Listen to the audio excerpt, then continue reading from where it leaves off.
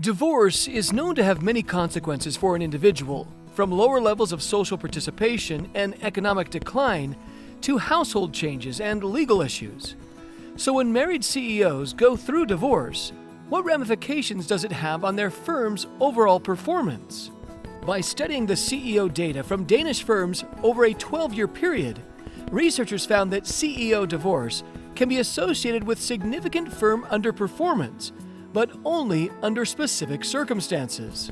As it turns out, only small firms or those between 10 and 49 employees experience a decline in operating performance in connection with CEO divorce.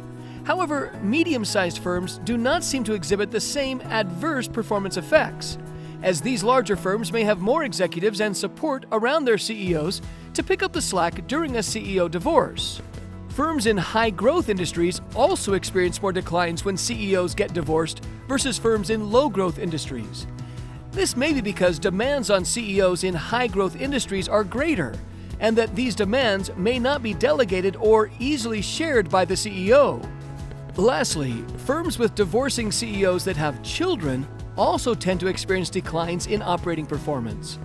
CEOs tangled up in custody decisions often have more distractions and legal issues than CEOs without children, potentially leading to further firm performance issues.